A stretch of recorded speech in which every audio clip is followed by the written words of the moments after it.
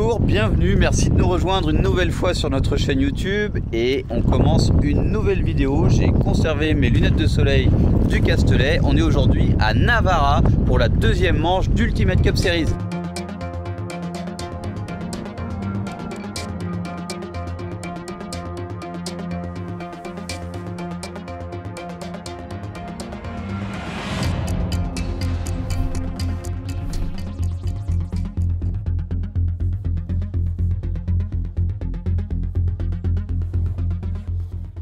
Je découvre ce circuit espagnol pour la première fois et j'ai un réel engouement pour découvrir de nouveaux tracés, des nouveaux endroits puisque c'est quasiment en montagne. On vient de passer, il y a 8 heures de route entre le garage et ici et on traverse pendant presque plus d'une bonne heure la montagne. Et ici la montagne se termine mais c'est encore bien vallonné, ce qui promet un tracé vraiment intéressant.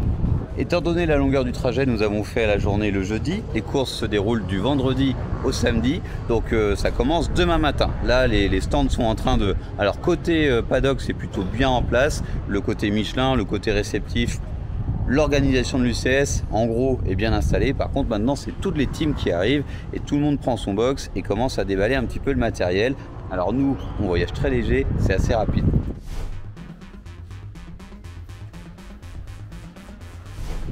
Étant donné qu'on est très vite installé, on va de suite aller faire les administratifs. Donc en fait c'est un petit peu la paperasse, c'est pas très long mais il faut la faire. En course tout est bien réglementé, s'il nous manque un truc, pas de départ.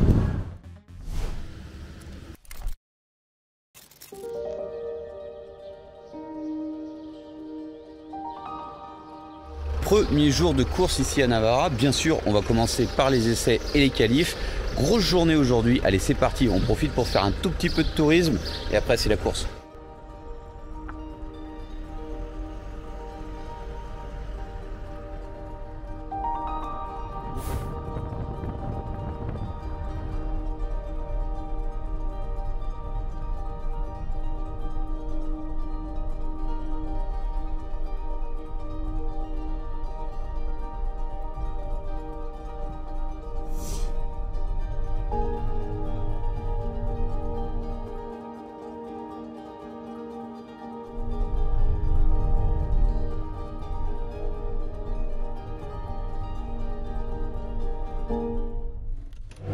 La séance de tourisme fut courte et à Vito, une dizaine de kilomètres nous séparaient entre le logement et le circuit.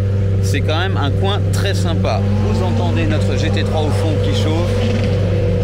Grosse journée, je le répète. Qualif, essai d'abord, 2 essais ce matin, 2 qualifs cet après-midi et une course ce soir. Alors, je ne vous cache pas, en mauvais élève, j'ai pas révisé du tout. On a eu beaucoup de travail. Et je connais pas le circuit, j'ai pas regardé une vidéo, je ne connais absolument pas le tracé. Je pense que les premiers essais vont être rigolos. C'est le moment de choisir les pneus avec lesquels nous allons partir en essai. En qualif, nous allons mettre 4 pneus neufs. Et c'est vrai que les pneus sont très usés, très sollicités, puisque normalement, c'est 8 pneus pour ce genre de week-end. Donc nous, on n'en met que 4. Donc en fait, ceux du week-end du Castellet sont complètement inutilisables. Heureusement, on avait des pneus de secours, parce que sinon, là, ça aurait été vraiment compliqué. C'est le moment d'enfiler la tenue de pilote et je vous montre un petit truc. C'est vrai que ça peut paraître tout con mais c'est les trucs de la course qui changent. On pourrait penser que j'ai mis mes chaussettes à l'envers mais en fait c'est l'étiquette qui permet de vérifier l'homologation de toute la tenue. Donc ça passe par la combi, les chaussures, le casque. Ça c'est des choses qui paraissent plus évidentes mais aussi par les sous-vêtements. Et voilà, je vous montre ça. Allez, après c'est parti, c'est parti. On check tout, on remet les roues noires, donc avec les slicks, puisque là elle avait les pluies, c'est pour ça que la voiture avait les roues grises. Les roues grises, c'est le repère, c'est pour la pluie. Donc ici, je pense pas qu'on s'en sert vu la météo. Je parlais tout à l'heure du fait qu'on révise pas beaucoup avant de venir, mais ça garde vraiment un effet de surprise aussi. Et finalement, quand on n'a pas trop la pression, puisque bon, on fait ça aussi pour s'amuser.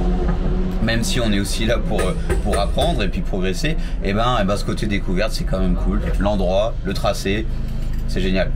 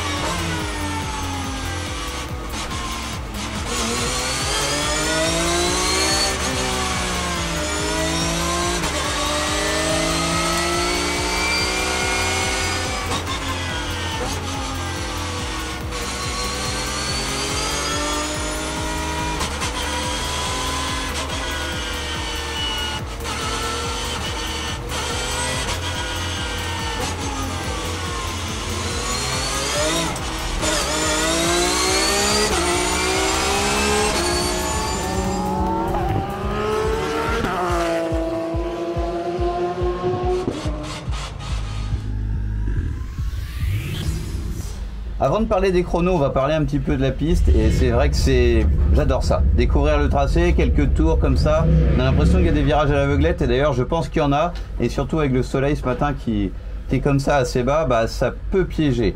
Il y a un grip, allez j'ai envie de dire standard mais ça dépend aussi des pneus.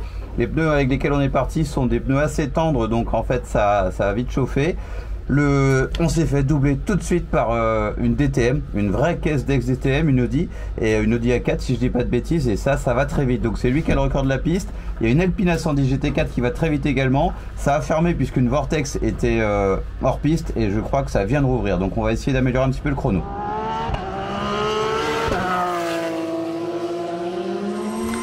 Découvrons ce circuit de Navarra ensemble. Grosse ligne droite, c'est la ligne droite du départ. Un virage qu'on doit passer plein gaz, j'en suis très loin. C'est très impressionnant, on est projeté vers l'extérieur pour arriver dans ce double droit. Le deuxième droit est très serré. Là il faut essayer de mettre des gaz le plus tôt possible. Passer très fort. Pareil, vous voyez, je relâche beaucoup, je peux ressortir beaucoup plus large. C'est pas encore le cas, ça va venir. Et là, gros freinage sur une partie complètement défoncée. C'est très physique, les bras prennent vraiment très cher. Ici c'est assez technique, vous le voyez, je sors beaucoup trop large, je suis sur le vibreur, complètement hors trage. Ici il faut être gaz, c'est encore trop tôt pour moi, je découvre le circuit. Gros freinage puis un enchaînement, un virage à droite avec pas mal de dévers. Grosse ligne droite assez rapide, je dirais que c'est la deuxième partie la plus rapide du circuit. Alors le compteur est là, on est à 2,10. Forcément il faut s'arrêter pour ce virage à droite qui ferme pas mal, à droite pardon. J'ai essayé pas mal de choses ici, mi-piste, bord de piste, assez compliqué, c'est très technique Navarra. Intérieur, vous voyez, j'ai vraiment pas le rythme. Un virage qui ressemble beaucoup à l'autre. On est souvent en deuxième. Alors je passe la troisième assez tôt, mais c'est pareil, c'est parce que c'est de la découverte. Redeuxième. Le tout, c'est de trouver la sortie de virage, vous voyez, je suis encore beaucoup trop large. Ça, c'est la deuxième particularité. Il y a beaucoup de virages qui passent presque à fond ou sur un élan, un très bon élan. Et ici, on va rattaquer la ligne droite du départ, enfin de l'arrivée. Et on essaie d'avoir un maximum de vitesse pour passer le virage du bout. Et je finis sur ce meilleur tour en 1,48. Vraiment impressionnante cette DTM et une Alpine GT4 ça peut aller vite. Alors j'ai vraiment un gros problème de connaissance du tracé mais bon c'est pas grave, on progresse et là on est passé en dessous de la barre des 1,50, 1,48 exactement, sachant qu'au début j'allais beaucoup moins vite que ça. Donc c'est déjà une première session et on sent qu'on est vraiment limite en pneu, on a quelques glissades et puis il y a aussi le fait de ne pas être parfaitement au bon endroit sur la trage. C'est un petit peu déstabilisant. Alors concernant le circuit, parce qu'on est là pour ça, on est venu découvrir, je trouve ça magique de rouler au milieu de la montagne comme ça. Alors c'est plutôt des collines, des montagnes c'était un petit peu avant, mais il y a quand même beaucoup de relief et la piste est étonnamment, je veux dire comparé à la structure qui est toute neuve, qui est toute belle, c'est étonnamment défoncé sur la piste. Il y a des endroits ça sautille beaucoup et voire même ça peut sauter, enfin sauter j'exagère mais c'est des voitures très rigides, ça secoue là-dedans.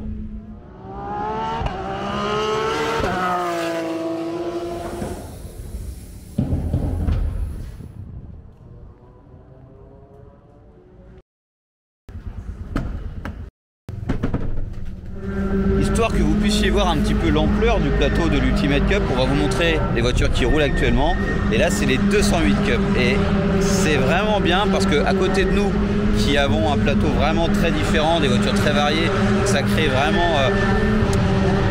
voilà, il y a une distance qui se crée entre les voitures sur la piste. Là, vous allez voir, ça bataille sec quand même.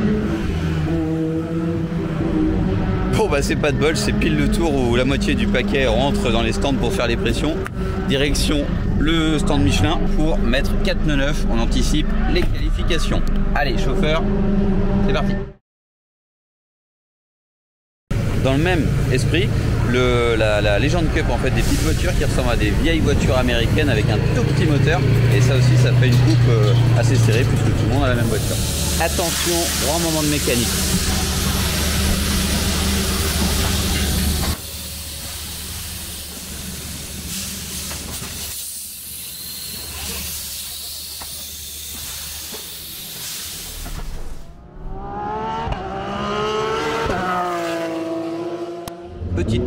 reprenons que vers midi. Alors là, c'est les autres catégories qui vont partir et là, c'est la catégorie endurance pour les GT.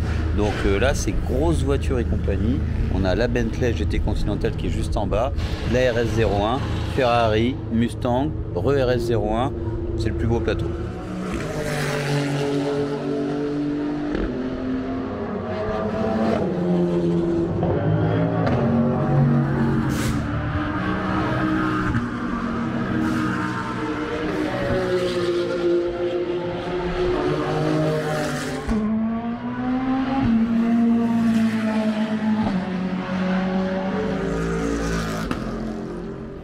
Entre deux courses, un petit peu de communication et là vous allez rentrer dans le côté un petit peu underground du truc puisque on part pour une interview et je vous montre comment ça se déroule.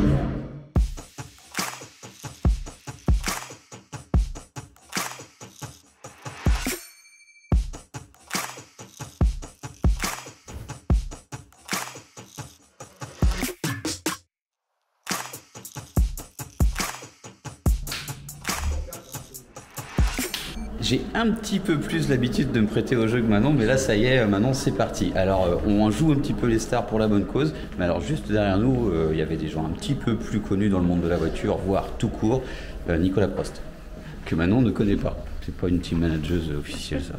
Oh le soleil! C'était le clan des stars justement, puisque là on avait le côté Almeras, donc Martinet, Pierre Martinet, et quelqu'un qui ne peut pas vraiment passer inaperçu dans les paddocks, dans la pit lane ou n'importe où, c'est le fils de Johnny Hallyday, David Hallyday. Ça c'est une vraie star en moi. Mais maintenant on connaît pas non plus. Si, quand même.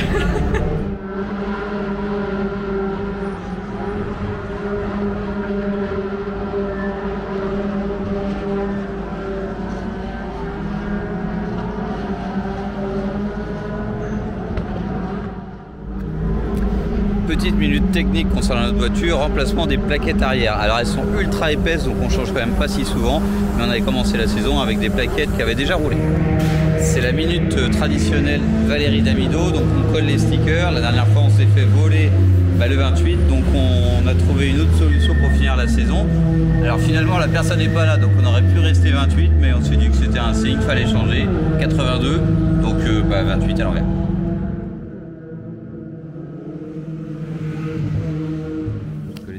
Mais il ira vite quand même. Pour l'anecdote, ça marche aussi bien le 82 puisque c'est mon année de naissance. Maintenant, on va penser un petit peu aux gens qui nous soutiennent pendant l'hiver et pendant la saison pour faire rouler cette voiture. Et on a également rajouté un petit détail qu'on n'avait pas mis pour la première course, c'est les flèches pour le remorquage.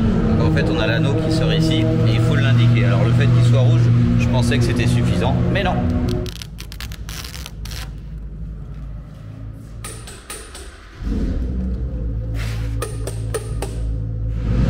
Nous avons changé les plaquettes, on est reparti avec des vieux pneus, on a été chercher les tout nouveaux pneus chez Michelin, donc 4 balles neuves comme on dit, mais on les comprend que pour les qualifs, histoire de faire le meilleur chrono.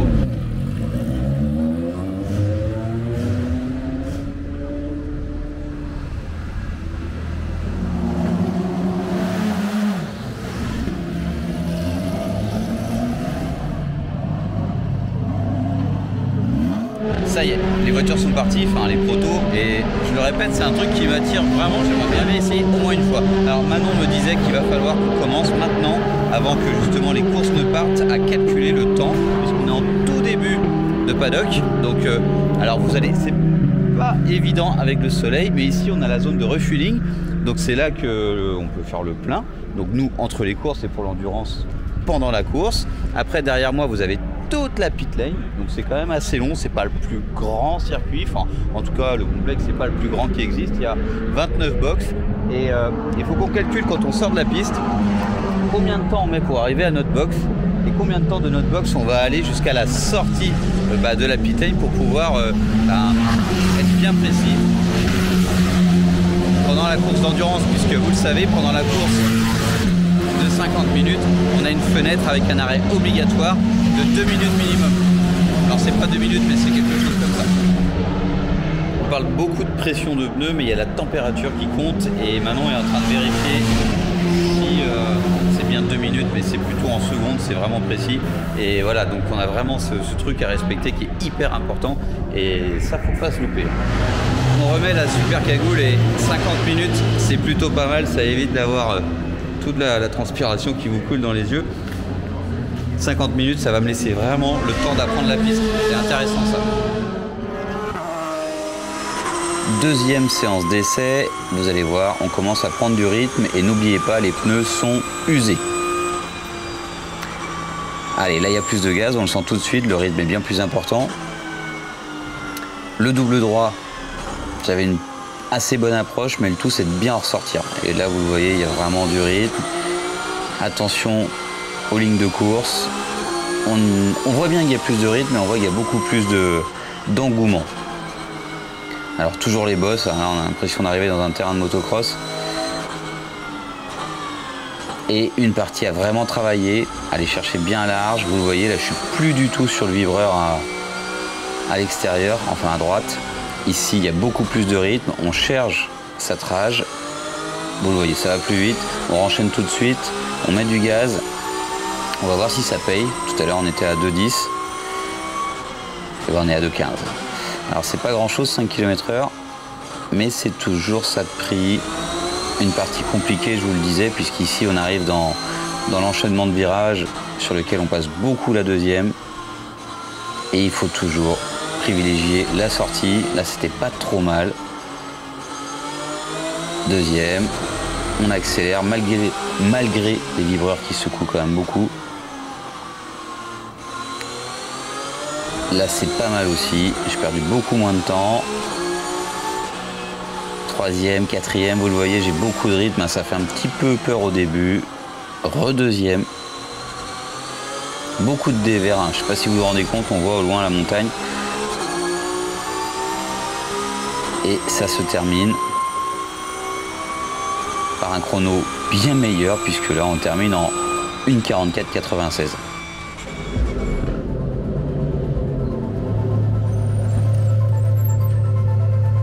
Ça y est, on est sous la barre des 1:45, 1:44,96 et à nouveau des sensations supplémentaires vraiment géniales, un petit peu perturbé puisque là ça a duré 50 minutes. Quand on s'arrête au stand, les freins font monter la température des jantes et donc des pneus. Donc je suis reparti un petit peu sur des œufs, ça commençait à bien rouler, il y a eu des débris sur la piste. Allez, fin de session, il vaut mieux arrêter un petit peu plus tôt, il nous restait à peu près 10 minutes d'essai, mais bon, avec les pneus dans cet état là, on va pas pousser, on va pas faire d'erreur.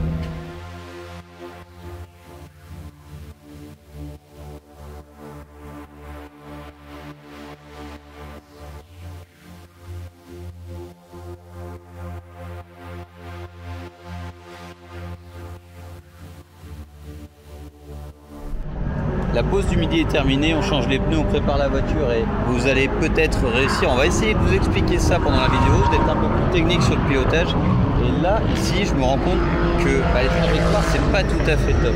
Et en regardant les gens passer, ce qui veut dire que si je regardais un petit peu de vidéos sur internet d'une course ici, ça m'aiderait à progresser beaucoup plus vite. Surtout que ce week-end, on n'a pas d'ingé, donc on ne peut pas travailler ce côté coaching en fait.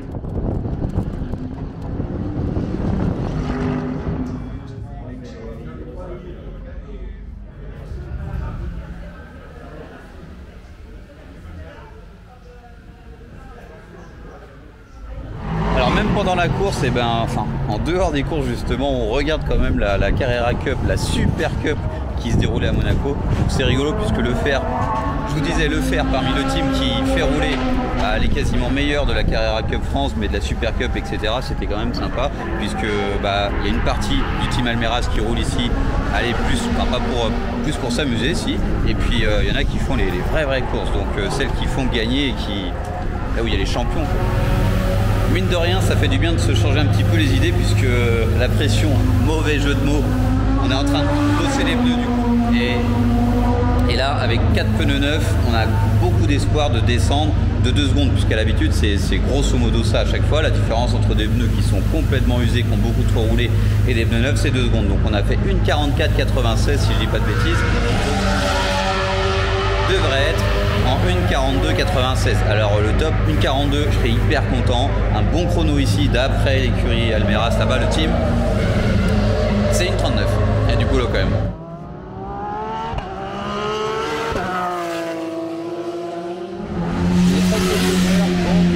Presque le début de la première séance.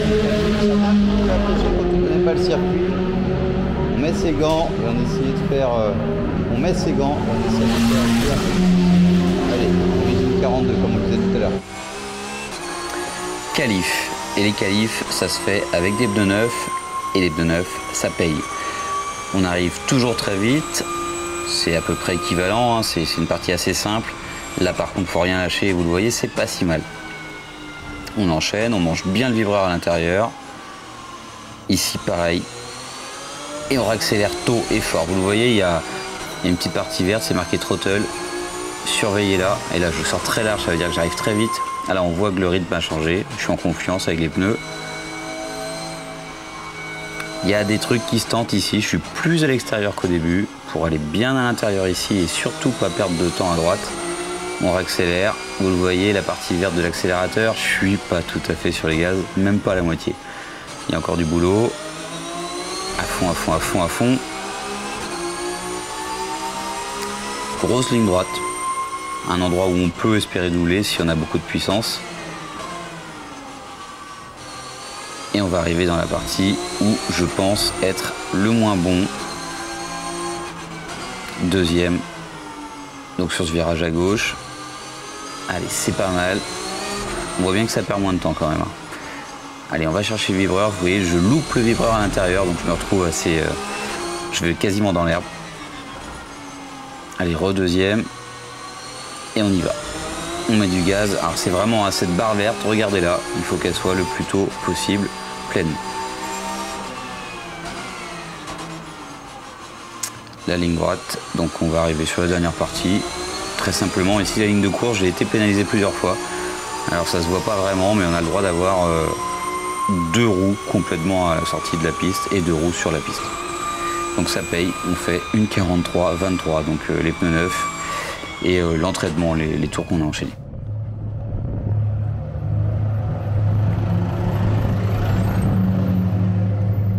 Une 43-23, on améliore encore un petit peu le chrono alors que les pneus s'usent. C'est bien, c'est bien. Ça veut dire que le circuit rentre et on commence à prendre vraiment beaucoup plus de rythme. C'est vraiment un beau circuit. Venez à Navarre.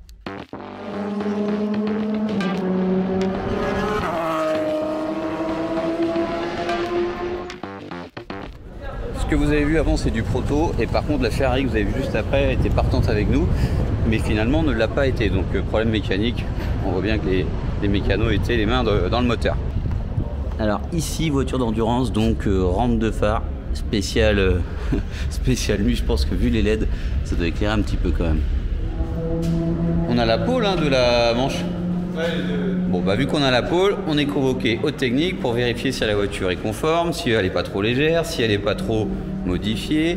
Et en fait le plus dur c'est de monter. On est box 28 ou 29 et c'est au premier box. C'est au premier box. Allez, bon courage. Je vais les aider quand même, hein. C'est pour la blague.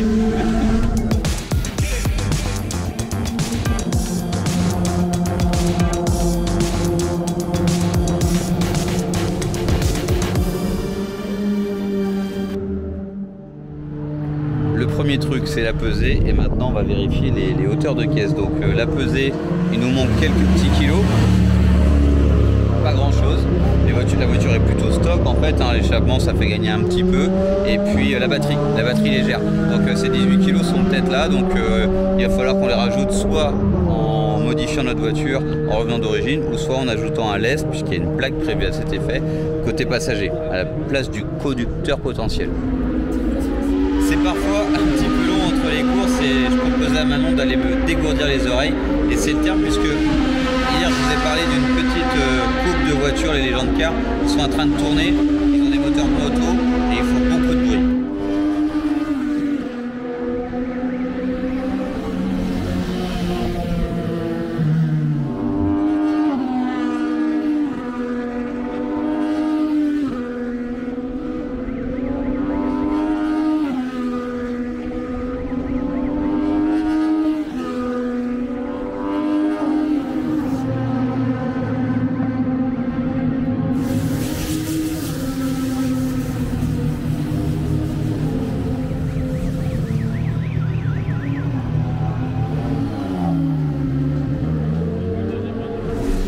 cagoule de ninja, dernière course de la journée et la première course du week-end.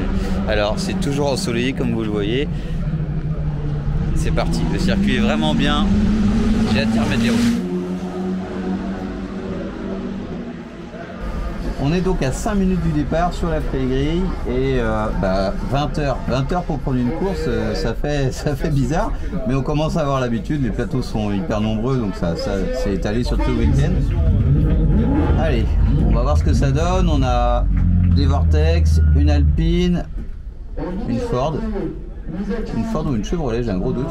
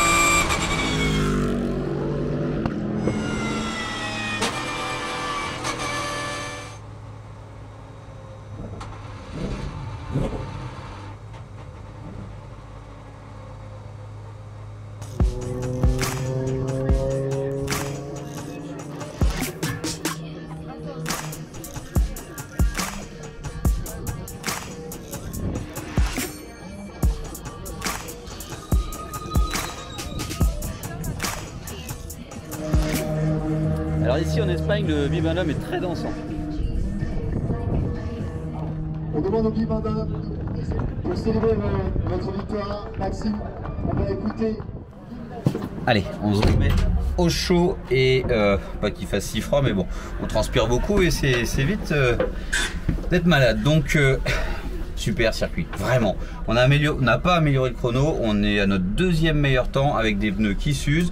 Mais c'est vraiment génial. Après la ligne droite, on a la sensation d'être vraiment poussé vers l'extérieur, vers l'extérieur du virage. C'est vraiment quelque chose à contenir. Arrivé sur la fin, ça pivote et tout le reste du tracé comme ça, on n'arrête pas de bosser. C'est hyper technique, donc c'est génial. On s'embête vraiment pas, même s'il n'y a pas eu beaucoup de bagarres. Bosser son chrono, je suis parti comme si c'était une qualif de 20 minutes et puis go.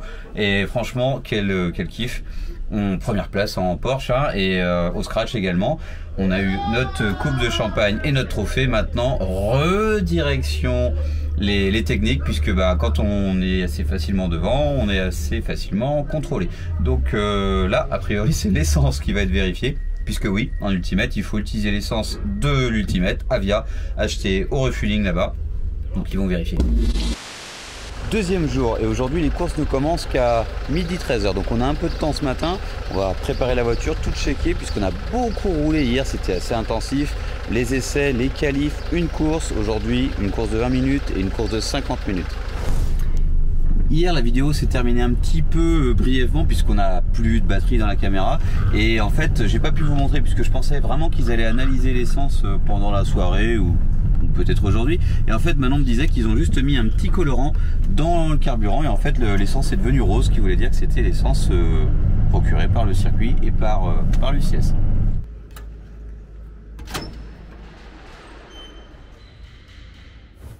Les affaires ont vraiment bien séché, mais par contre c'est pas pour longtemps. Avec une course de 50 minutes, hier rien que 20 minutes c'était trempé.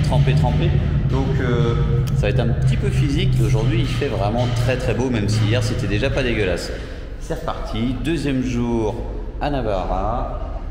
Je pense pas améliorer le chrono puisque là les pneus vont commencer vraiment à fondre de par leur kilomètre, mais par la chaleur aussi.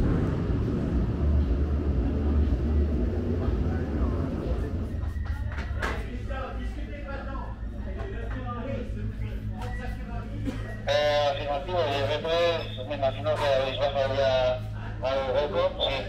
Nous sommes de retour aux techniques pour gérer un petit peu nos problèmes de conformité et notamment le poids. Donc on a trouvé une solution, on va lester la voiture. Ça c'est vraiment super chouette et là c'est pas trop mal non plus. Alors j'ai les ingrédients juste ici là, qui permettent de tester le carburant. Ici on a le traçant, les pipettes pour tester et là pour stocker le carburant. Donc on mélange tout ça, on récupère le carburant avec celle-ci et puis on mixe et ça devient rose. Là c'est le traceur, tu vois, et puis nous on met autant d'essence à vous, ça fait que ça monte à 40 là, et quand on l'a secoué, bah, il est rose comme ça, voilà. Là c'est le traceur, ça, tu vois, faut que excellent. Ça. Vas-y montre-moi, tu vas passer à la télé. Donc le traceur ici, qui devient rose avec le carburant dessus. Nous avons du temps ce matin, donc on va vous montrer cette voiture parmi celles qui roulent avec nous en sprint. Donc c'est une voiture qui roule habituellement en endurance, pardon, à la base c'est australien. Donc il y a beaucoup de championnats australiens comme ça qui ont des bases de châssis tubulaires et après on change juste la coque. Ici c'est une Ford Focus berline et avec un moteur V8 très bas à l'avant, tout tubulaire, des sorties latérales, ça fait un bruit de folie, je ne l'ai pas entendu rouler mais les autres m'ont tout de suite parlé. Et c'est simple, efficace et ça marche. Alors juste là-bas, dans le même team, vous avez une Mustang, vous l'avez vu dans la vidéo précédente du Castellet, c'est la voiture qui roule en endurance. Et celle-ci en sprint. De retour à notre box, donc on fait un petit peu le point sur l'usure des pneus, on essaie de trouver une solution pour avoir plus de train avant, puisque c'est vraiment le défaut des Porsche, parce qu'il n'y a pas de moteur devant avec le poids, ça donne du train avant. Là on a l'avant qui est plutôt léger, donc il faut trouver une solution. Il y en a plusieurs, mais bon, on est un petit peu moins nombreux ici pour faire l'optimisation de la voiture et la prépa, donc on n'a pas non plus énormément de temps ou énormément de matériel. Ça va dans le bon sens, mais c'est comme la prépa, c'est jamais fini. La question du jour, c'est notre réglage de barre anti-roulis qui est juste ici. Donc voilà, c'est une barre à couteau. Pour ceux qui suivent nos vidéos, vous savez que c'est pas du tout la même chose que sur une barre anti-roulis traditionnelle, que sur une voiture traditionnelle. On continue de bosser les pneus. Vous voyez l'usure extérieure et le reste du pneu. Et on peut aussi bien sûr bosser notre parallélisme avant-arrière. Et vous voyez là tout au fond la barre anti-roulis à avant. Ce week-end ici sur le plateau, on a deux Bentley GT Continental, une dans la pit lane, dans les box et une ici dans les paddocks derrière. Alors entre la version stock et la version prépa, sacrée différence quand même. C'est là qu'on voit cette voiture qui n'est pas du tout faite pour la course à la base. C'est une voiture de luxe. Hein. C'est du boulot pour la rendre rapide et efficace. Parmi la réglementation, vous le savez, il y a un certain temps à rester dans les stands quand on fait l'arrêt pour un course d'endurance. C'est à ça que sert ce petit radar et non la vitesse. La vitesse est prise avec la main, comme peuvent avoir les gendarmes, et ça c'est juste pour respecter le temps qu'on va passer dans les stands.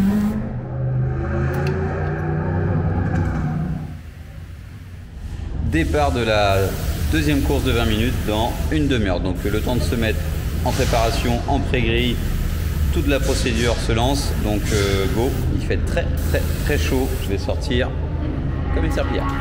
Même si on n'est pas full matériel, parce qu'on était loin comme je vous le disais, et puis parce qu'il faudrait un plus gros camion, et on peut quand même faire des choses simples. Donc on tente quand même des variantes en fait, hein, pour pouvoir essayer de faire aller un petit peu la voiture plus vite, puisque je me plaignais pas mal de ne pas avoir de train avant. Alors ce qui est assez dommage, c'est qu'on n'a pas des pneus neufs à chaque fois pour repartir. Là on pourrait vraiment comparer à usure égale. Ceci dit, aux sensations, je verrai sûrement une différence, en mieux ou en moins bien, ça va être le truc de cette course-ci. Il y a aussi un truc qui va être important dans cette course, c'est que beaucoup de pilotes roulent à deux sur une voiture. Donc en fait, ils font la course 1, la course 2 et la course d'endurance à deux pilotes. Ils changent de pilote au moment où on rentre dans les stands. Donc là, il y a des pilotes plus rapides sur la deuxième manche.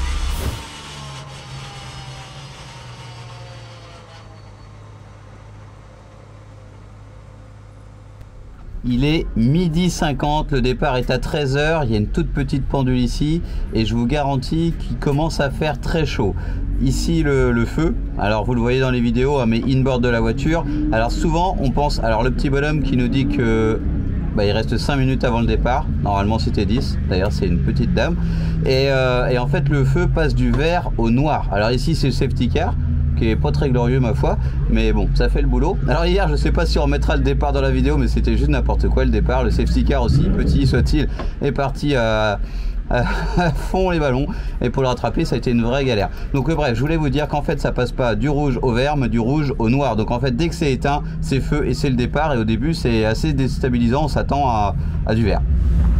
Hier on a presque trop roulé hein, avec les essais, une demi-heure, enfin 20 minutes plus 50 minutes d'essai. Bon, on n'est pas obligé de tout faire, on n'a pas tout fait d'ailleurs. Ensuite les qualifs, une demi-heure plus une course de 20 minutes, et franchement on était rincés à la fin de la journée. On a commencé à 8h le matin pour finir à 20h le soir avec des trous, mais quand même. Aujourd'hui ça va être plus intensif. En fait on a 20 minutes et 50 minutes. Tout ça sur 2 courses, ça risque d'être voilà, mais c'est quand même plus court. Là, hier c'était vraiment intensif. On fera le point ce soir pour voir si c'était plus facile aujourd'hui. Cette catégorie auto GT Hyper Sprint, Maxime s'imposer sur la manche du team Brest Motorsport. Il a eu une confortable avance, il a mené sa course. Ensuite, bien entendu, et voilà qui arrive dans la ligne de départ, prêt à s'élancer. Maxime Mendy qui va donner le rythme en pole position.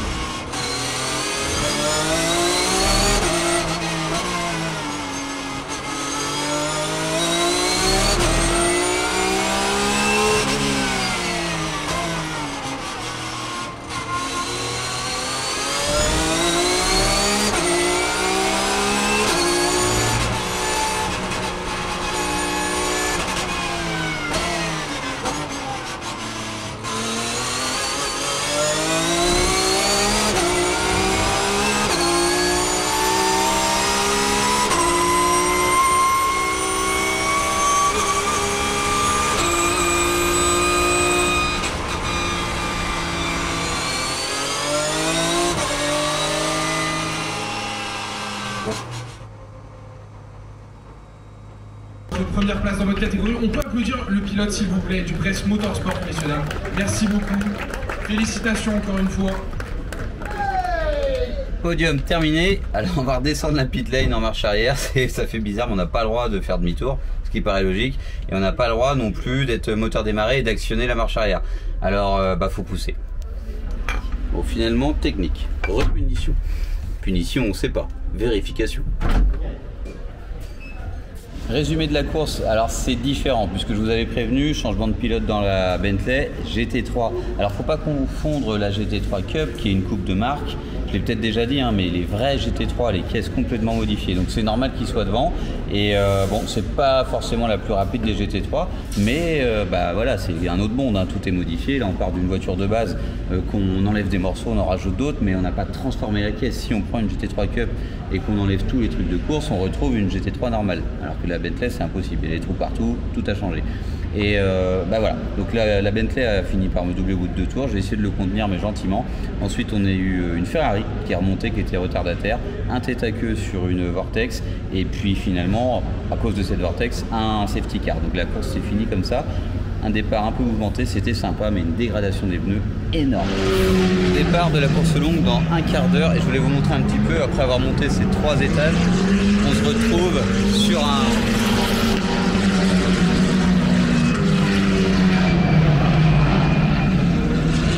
plan de vue plutôt sympathique.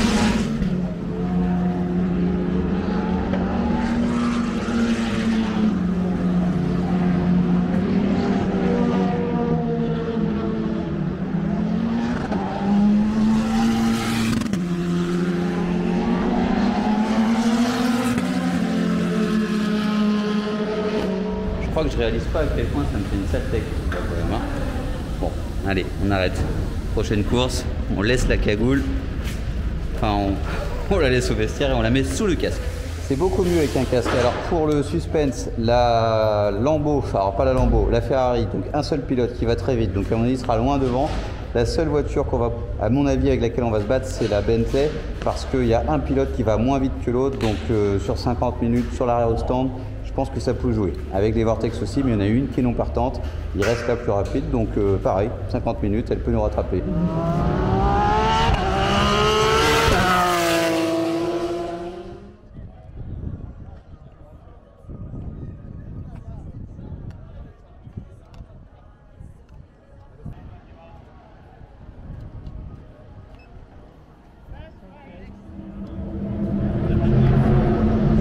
Allez, go, go, go!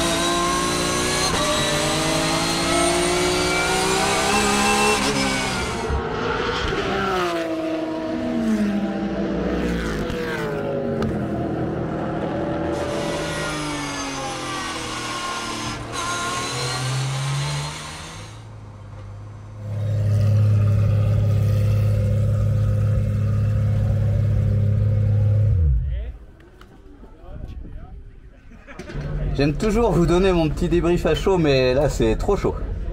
On sort, on va au podium et, et après on en reparle. Voici Maxime Mingui.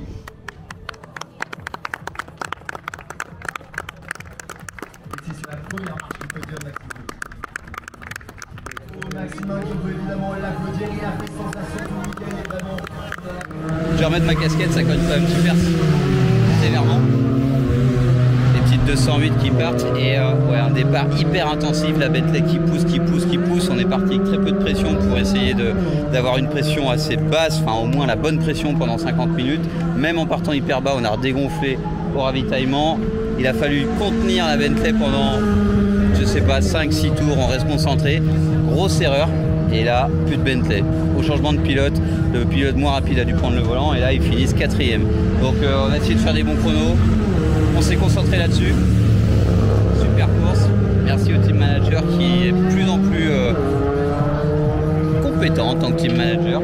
Et puis aussi aux mécaniciens. Et puis bien sûr à l'Ultimate Cup pour ce super événement en Espagne. Misano, prochaine date. C'est marrant, un truc qui est vraiment une sensation, c'est les voitures de course. Après, je vous garantis que rouler dans une voiture standard, c'est bien différent. Ici, on se sent vraiment en sécurité et ça fait vraiment quelque chose de... Enfin, on fait un peu corps avec la voiture, c'est hyper physique et c'est vraiment ça qui est intéressant, la concentration. Je parlais du team manager puisqu'il faut donner les bonnes infos, pas trop, pas être déconcentré et avoir quand même...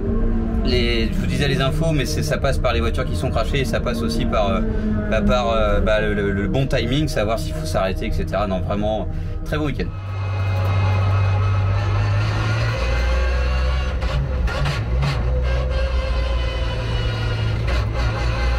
Ça, c'était juste un bonus pour ceux qui ne se rendent pas compte à quel point cette voiture peut faire du bruit. Et le sifflement, bien sûr, c'est la boîte de vitesse, les pignons sont droits, alors que dans une boîte de vitesse standard, les pignons sont à 45 degrés, ce qui fait beaucoup moins de bruit.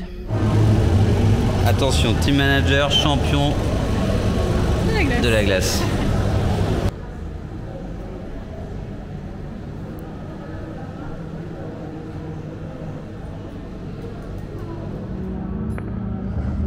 Allez, on termine sur cette petite douceur, on l'a bien mérité.